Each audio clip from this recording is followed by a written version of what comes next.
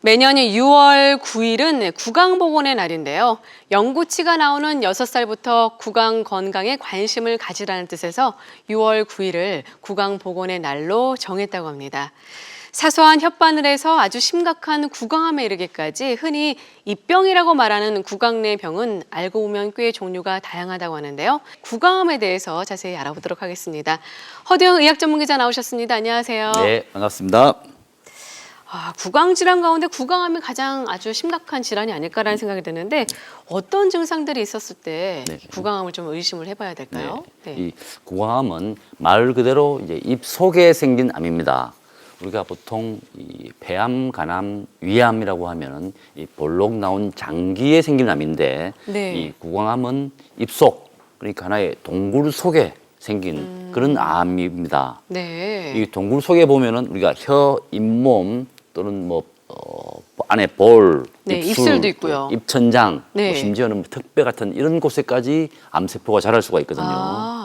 이 증상을 보면은 우리 혀의 주변에 생기는 염증이나 궤양 같은 거는 보통 한 1, 2주면 낫습니다. 이게 3주 이상 간다면은 이제 구강암이 아닌가 좀 의심을 해봐야 되는데요. 입 속에 좀 희거나 이 붉은 반점이 생기거나 또는 입술에 이렇게 볼록한 포진 같은 게 물집 같은 게 좀 오래 가면은 이게 구강암 초기 증상일 수 있다고 합니다. 이 우리 몸 속에 생기는 암은 볼 수가 없지만 네네네. 구강암은 우리가 입 속만 잘 관찰하면은 볼 수가 있잖아요. 그렇죠. 그래서 찾기가 쉽다고 여겨지지만 이 구내염 같은 일반 증상하고 비슷하기 때문에 오히려 놓치는 경우도 많다고 합니다. 그럴 것 같아요. 사실 이제 사소하게 뭐 그냥 좀 피곤해서 그렇죠. 생겼겠지 하고 예. 그냥 놔두는 경우가 많을 것 같은데 사실 구강암 비교적 알려지지 않아서 나하고는 별 상관없는 암인 것처럼 느껴지지만요. 환자 수가 좀 늘고 있다고 하는데 환자 수는 얼마나 되나요? 환자 수 자체는 그렇게 많은 편은 아닙니다만 네네네. 이 환자 증가세가 굉장히 높습니다. 이 통계를 보면은 2014년에 이 구강암으로 병원을 찾은 환자가 16,000명 정도에서 이 작년 2018년에 한 2만 명 정도로 4년 동안 4,000명이 늘었거든요. 그러니까 1년에 네. 1,000명씩 한 4년 동안 25% 정도가 늘어난 건데요. 이 그래프가 보면 굉장히 가파르게 일직선으로 올라가고 있죠. 또 나이로 보면은 우리가 보통 이 50대, 60대, 70대 환자가 상당히 많은데요. 저기 파란 막대가 남성입니다. 네. 그러니까 50대, 60대, 70대 남성 환자가 압도적으로 많다고 보시면 되겠습니다. 네. 사실 흔한 암은 아니지만 증가율이 상당히 높은데 보니까 이제 50대부터 급증해서 예. 특히 여자보다는 남자가 남자에게 많다. 많이 나타나는데 뭐 특별한 이유가 있을까요? 이 구강의 특징은 이 사회 활동으로 나타나는 요인이 굉장히 크다는 겁니다. 그래요. 이 사회 활동이라는 게 좀 쉬운 말로 하면은 이 담배를 피거나 술을 마시는 이런 증상, 이런 원인 때문에 발병하는 건데요. 이 보건복지부가 작년 말에 담배 갑의 경고 그림을 하나 붙였습니다. 네. 그 그림을 보면은 저 왼쪽 그림을 자세히 보시면 입 속에 징그러운 모습이 보이는데 저게 구강암에 걸린 모습입니다. 그래요. 그 바로 밑에 있는 이제 문구가 구강암 위험 최대 10배라고 쓰여 있는데요. 담배를 피면은 구강암 위험이 최대 10배까지 높아진다는 거고요.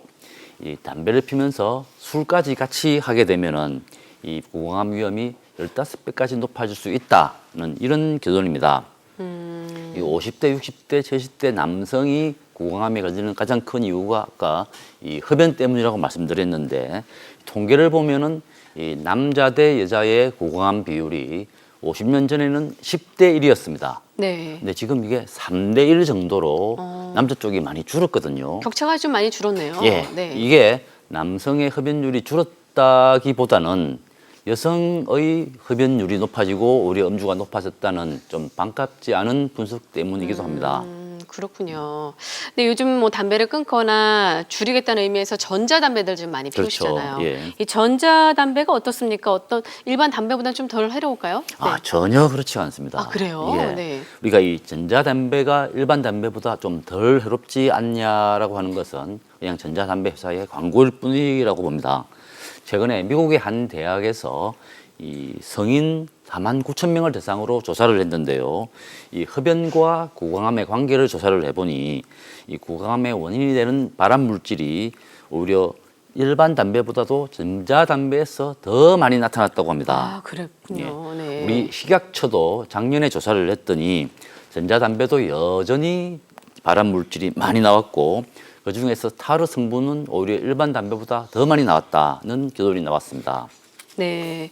앞서서 이제 흡연이나 음주로 구강암이 는다라고 말씀해 주셨는데 구강암을 일으키는 원인 또 다른 게 있을까요? 예, 최근에 새로운 원인들이 많이 밝혀지고 있습니다. 이 흡연이나 음주 말고도 이 틀니 같은 이제 치아 보철물을 오래 끼거나 또는 뭐 사람 유두종 바이러스에 감염이 됐다 이런 경우들이 이제 새로운 원인들로 많이 밝혀지고 그래요? 있는데요. 네. 최근에 이 미세먼지도 이 구강암의 원인이 된다라는 조사가 나왔습니다. 이 대만의 한 대학에서 이 40세 이상 남성 48만 명을 조사를 했는데요. 미세먼지 오염이 심한 곳에서 사는 사람에게서 이 구강암 발병 위험이 43%나 높게 나왔다고 합니다. 이 미세먼지에 들어있는 납, 카드뮴, 니켈, 크롬 같은 이제 금속 물질과 또 각종 유해화물 물질이 구강암을 일으키는 원인인 것으로 지적이 됐는데요. 이 구강암은 미세먼지는 우리 심폐나 두뇌뿐만이 아니라 구강 건강에도 악영향을 미친다는 게 이번에 밝혀진 겁니다. 그러니까 이 미세먼지가 담배보다 더 무섭다는 이런 결론이 나오는 겁니다.